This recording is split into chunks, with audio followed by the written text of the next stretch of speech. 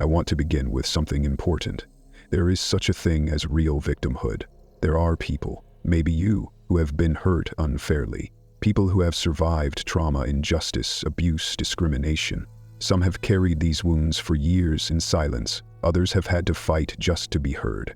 If you've been through something like that, your pain is real. Your voice matters, and no one, least of all me, is here to deny that. In fact, it's right and necessary that we name injustice when it happens and stand beside those who've been wronged. If we've caused harm, we need to take responsibility. If we've been harmed, we need space to process, heal, and sometimes speak up.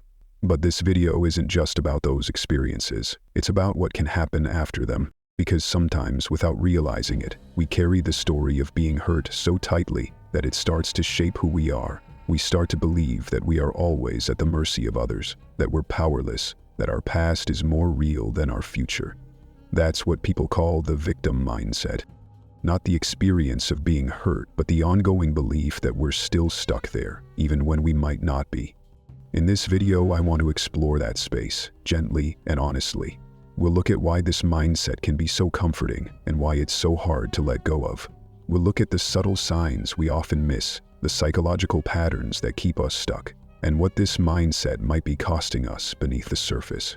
And if you're ready for it, we'll also talk about how to start stepping out of it, not with blame, but with curiosity, clarity, and a little bit of courage. If you've ever felt stuck in your pain, like it's become a part of you, you're not alone, and this might be the beginning of something new.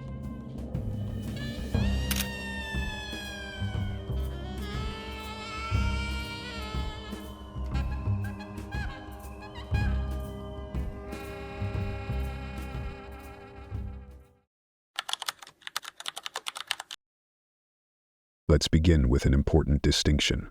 There's a difference between being a victim and living with a victim mentality. To be a victim means something happened to you that shouldn't have. Abuse, betrayal, discrimination, abandonment. These are real experiences that leave scars. And it's not only okay, it's necessary to acknowledge them, speak about them, and seek healing. But a victim mentality is something different. It's not an event, it's a mindset. And often, it starts quietly, long after the actual harm has occurred. It begins with a whisper, "This isn't fair. They did this to me. Why does this always happen?" Over time, those whispers can harden into a worldview. Psychologists describe the victim mindset with 3 common patterns. First, it's the belief that all the bad things in your life are because of someone else, that nothing is your fault, and everything is being done to you. Second, it's a cycle of self-pity that convinces you nothing will change. Third, it's a lens that interprets almost everything as a personal attack. A correction becomes criticism. A delay becomes disrespect. You start assigning malice where there's often only misunderstanding. And here's the tricky part. It feels true, especially in a culture where feelings are often treated as facts. But where does this mindset come from in the first place? The roots are often deeply personal, long before politics, culture, or social media come into play. It can begin in quiet early wounds, neglect, betrayal, love that felt conditional, or being told directly or indirectly that your voice didn't matter. Over time, these experiences can plant the belief, "I'm not safe, I don't matter, the world is against me." If left unchallenged, those beliefs grow into a way of relating to everything: relationships, work, identity. Psychologists sometimes link this to anxious attachment, where a person craves connection but fears rejection, relying heavily on others for validation. In that state, even neutral situations can feel threatening. At its core, the victim mindset isn't about manipulation. It's about protection. It's an emotional survival strategy. But the longer we live through that lens, the more we reinforce the very beliefs that keep us trapped. Expecting hurt makes us see it everywhere. Expecting betrayal makes us keep people at arm's length and call it self-defense. Believing we have no power makes us stop using the power we do have. None of this happens overnight, and none of it is about shame. These patterns are often subconscious, shaped by real experiences. But if we're not careful, those early wounds start writing the script for our entire lives. And that script almost always sounds the same. I'm not in control. Life happens to me. The best I can do is survive. That's not the truth. You can be a real victim of real harm and still choose not to live as one forever. You don't have to carry someone else's cruelty as your identity. You don't have to prove your pain to be seen. At some point, healing asks us to shift from being passive recipients of life to active participants in it. Recognizing the difference between being a victim and living as one is the first step to breaking the cycle, and that's where the real transformation begins. Sometimes it's not about you, but it still feels like it is. Social life is rarely black and white. You send a message, and hours go by with no response. You smile at a friend across the room, but they don't smile back. A stranger walks past you with a hard, angry face, and something inside you tenses. What do you make of it? Do you assume the worst? That you were ignored, rejected, disliked? Or do you pause and consider that maybe your friend didn't see you? Your date is anxious too, and the stranger is just deep in their own world of problems that have nothing to do with you. Most people can float through these moments with ease. They shrug it off, assume good intentions or at least neutrality. But for others, especially those who've been hurt before, these small social moments don't feel small. They feel loaded, personal, proof that something's wrong with the world or maybe with them. And this is where the victim mindset quietly begins to take root. Psychologist Rahaf Gabe and her team describe it as a tendency for interpersonal victimhood, not just a reaction to a specific hurt, but a pattern, a lens you start to see everything through. It shows up as a deep, ongoing feeling of being wronged in life and relationships, the belief that people will always misunderstand or mistreat you, a sense that your story is one of constant hurt, no matter who comes into it, and at its core, a belief that your life is at the mercy of others, your boss, your partner, your parents, your past. You feel like things happen to you, not because of you. Psychologists call this an external locus of control. This mindset doesn't always come from trauma. In fact, someone can develop it even without severe victimization. Likewise, not everyone who suffered trauma ends up stuck in this mindset. But the psychological processes are similar. You ruminate on past pain. You seek validation for your hurt. You may feel morally superior for surviving it. And slowly, empathy for others starts to fade, because your own pain takes up all the space. None of this makes you weak, it makes you human. But if we don't recognize this pattern for what it is, we risk building our entire identity around a single, painful truth. I am someone who is always hurt. And that's not the whole story, because even if you were hurt, and even if it wasn't your fault, you're still allowed to want more than survival. You're allowed to grow beyond the pain. But first, we have to name how this mindset shows up in our everyday lives, often in ways so subtle, we don't even see it. That's what we'll explore next. I'm not looking for pity, I just want people to understand what I've been through.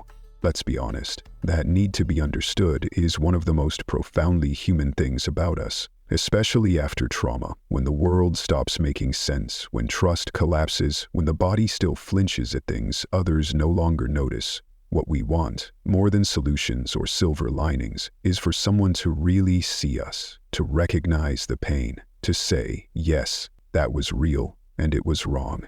That kind of recognition isn't indulgent, it's necessary. It's part of how we survive trauma, by having someone outside the storm anchor us to reality. But something strange can happen when this desire lingers too long. The pain begins to colonize the personality, the identity becomes entangled with the injustice, and over time, the narrative shifts, not from "this happened to me," but to "this is who I am." This is what psychologists refer to as a tendency for interpersonal victimhood. One of its defining traits is a continual search for validation, not just of the trauma itself, but of one's role as the one who suffered. And this pursuit isn't loud or dramatic. Often it hides in plain sight. It's in the subtle way someone redirects conversation back to their past wounds. It's in the quiet deflation they feel when their hurt isn't acknowledged. It's in the difficulty of moving forward, even after others have affirmed their pain. The second trait, perhaps more complex and controversial, is what researchers call moral elitism. This mindset emerges when a person begins to see themselves as not just harmed, but more righteous because of it. The world becomes polarized. They are the innocent. Others are morally compromised. The past becomes a justification for superiority, not just suffering.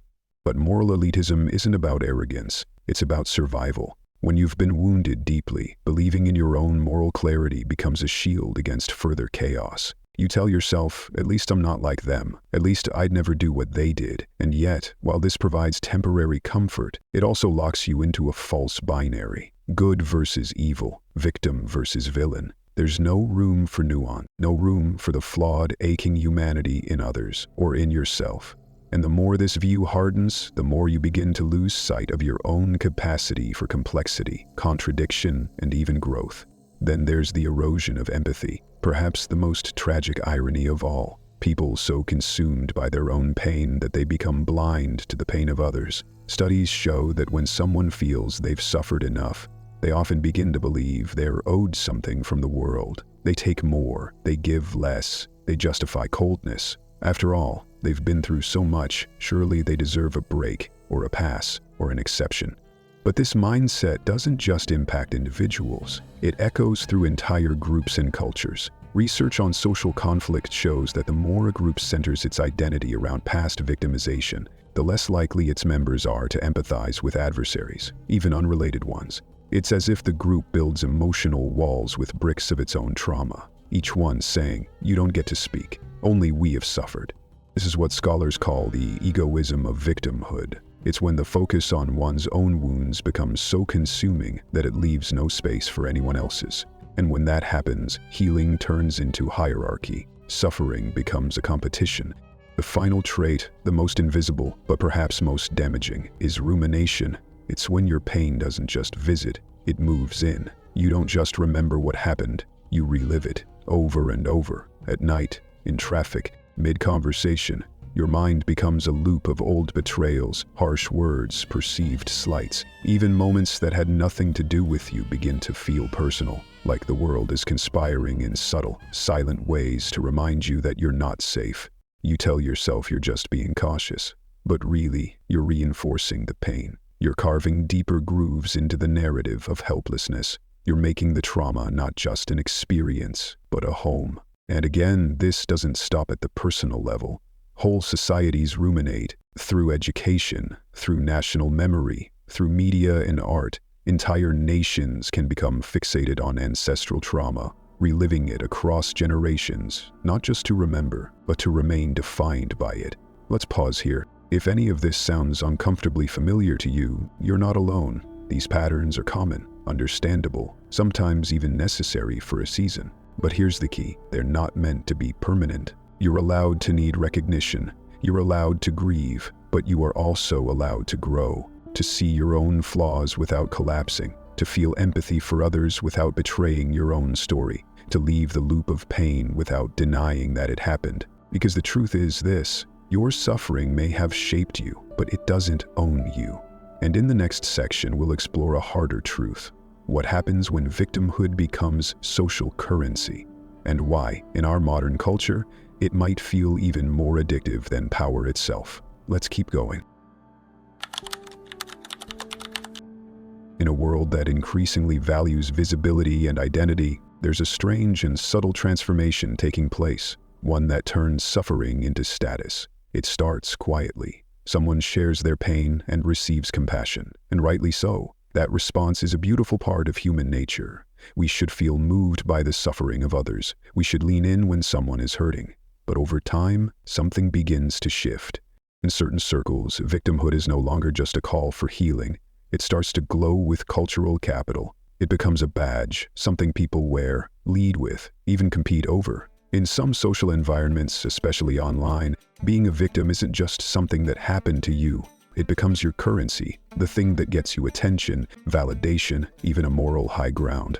And let's be honest, it's attractive. Because when you believe you're the victim, you're not the one responsible. If something's wrong in your relationship, it's because of what someone else did. If life isn't going the way you hoped, you don't have to look inward. You can look outward. You don't have to carry the weight of accountability. It's easier to believe that the problem isn't you. This is why the victim mindset can be so alluring. It gives a sense of relief, a way to escape shame, a way to feel morally clean. And there's another pull. It draws sympathy. Victims are met with kindness. People rush to defend you, to comfort you, to to side with you. And if you've been starved of compassion or attention, it makes sense why this response would feel incredibly validating. In a lonely world, any kind of belonging, even one built on shared pain, feels better than isolation. But here's where it gets complicated.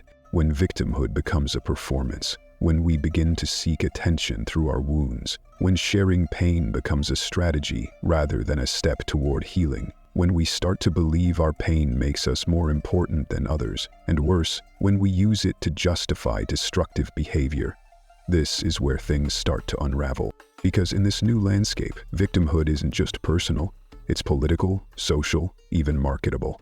People start forming groups not just around causes, but around grievances. They find community in a common enemy, they bond by pointing fingers, and once you're part of the wronged, anyone who disagrees with you can be labeled a villain. This creates a dangerous binary, victim versus oppressor, and in that framework, there's no room for complexity, no room for nuance, no room for shared humanity. Ironically, this mindset that begins with pain can lead to power. A false kind of power, the power to silence others, to shame dissent, to avoid accountability, to demand support without offering it back. That's why it's so tempting. Being a victim in today's cultural climate can mean you don't have to change. You don't have to examine your part. You don't have to grow. You just have to stay hurt. And if you're hurt enough, loud enough, and long enough, people will listen. They'll praise your vulnerability, amplify your voice, and shield you from criticism. But here's the catch. Pain is not always a lie, but it can become a disguise. If we start using it to avoid responsibility, to manipulate others, or to justify our own cruelty, we've lost the plot. And that's not healing, it's hiding.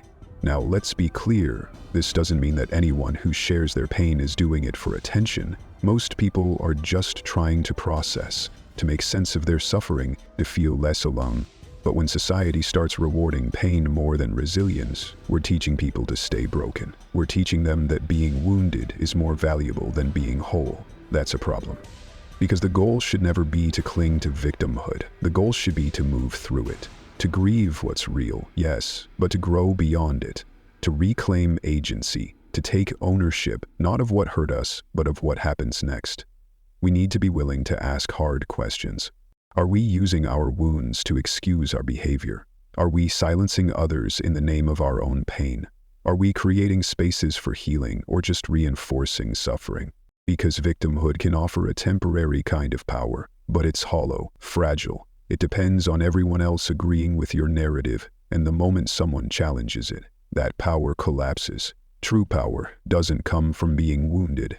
It comes from being willing to rise, to forgive, even when it's hard, to take responsibility, even when it's unfair, to lead with integrity, even when you've been betrayed. That's not weakness, that's strength. And it's that strength, not self-pity, that we need to rebuild our lives, our communities, and our culture.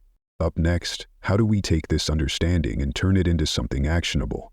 How do we live wisely, compassionately, and responsibly in a world that often confuses victimhood with virtue?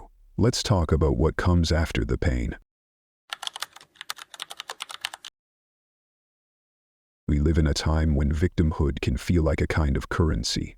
In politics, culture, and everyday life, people compete in what some call the Victimhood Olympics. Charles Sykes, in A Nation of Victims, notes this often grows from a sense of entitlement, the belief that happiness and fulfillment are owed to us. Combined with a high personal tendency toward victimhood, this can turn genuine calls for justice into aggressive, condescending clashes that divide more than they unite. But here's the good news. If the victimhood mindset can be learned through culture, upbringing, and reinforcement, it can also be unlearned and replaced with something far healthier. Dr. Joss Gressel, a clinical psychologist, offers practical ways to shift out of the victim stance, not by denying the pain of real injustices, but by reclaiming personal agency. 1. Recognize when you're doing it. He calls this turning off the history channel, stopping the mental replays of old wrongs that keep you stuck in the same identity. 2. Focus on your strengths. What you put your attention on grows. Directing energy toward capabilities instead of limitations makes you stronger. 3. Let yourself dream again. Your imagination contains the seeds of your potential. Without dreams, growth stalls before it starts.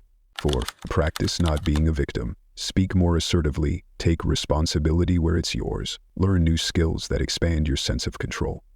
5. Cultivate gratitude. Gratitude shifts your mental lens from scarcity to abundance and can dismantle the entitlement that fuels victim thinking. Now imagine if we taught these principles from a young age, that our traumas don't have to define us, that it's possible to grow from them, becoming stronger and more compassionate, that you can have pride in your own group without hating others, that kindness often starts by giving it, not waiting for it. Shedding the victimhood mindset doesn't mean denying injustice. It means refusing to let it become the centerpiece of your identity. It's moving from a fixation on what happened to me toward what I will do next. And when more people make that shift, in relationships, communities, and even in movements for change, we begin to see the world through a clearer lens. Not everyone in the out group is evil, and not everyone in the in group is a saint. We are all human, with the same deep needs: to belong, to be seen, to be heard, and to matter. The mindset we choose doesn't just shape our own story, it shapes the society we create together. The victim mindset is tempting. It relieves responsibility, draws sympathy, and offers belonging, but the cost is high. It locks you in the past, narrows empathy, and erodes your power to act. Real injustice exists, and wounds deserve recognition. But recognition isn't the same as residence. You can honor your pain without making it your permanent identity.